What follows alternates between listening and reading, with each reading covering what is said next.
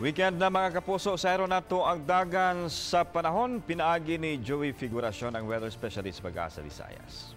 Mayong hapon sa tanan, mao kini atong kinatipo ang dagan sa panahon diri sa Central Visayas karong adlaw, December 14, Friday.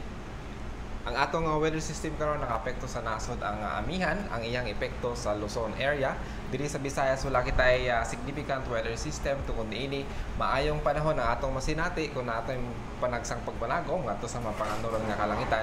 Ang hatod kana mga isolated lang o patak-patak ka pagulan o localized nga panugdog o kilat. Atong sutahon ang masunod nga adlaw sa tulo ka adlaw sa diri sa Sugbo. Ang atong kainiton masinati sa from 25 to 32 degrees Celsius ug ang atong panahon for the next 3 days maayo atong panahon, mga isolated lang ang panugdog kilat ang atong masinati.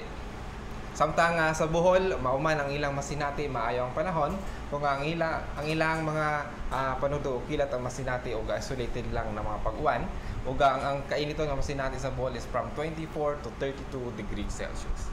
Samtang sa Siquijor o sa Negros Oriental, ang ilahang masinati na kainiton is from 25 to 32 degrees Celsius for the next 3 days. Samtang maayo man ang panahon na masinati sa Siquijor o sa Negros Oriental, ang mga pag-ulan is isolated lang o localized na panugdog o kilat.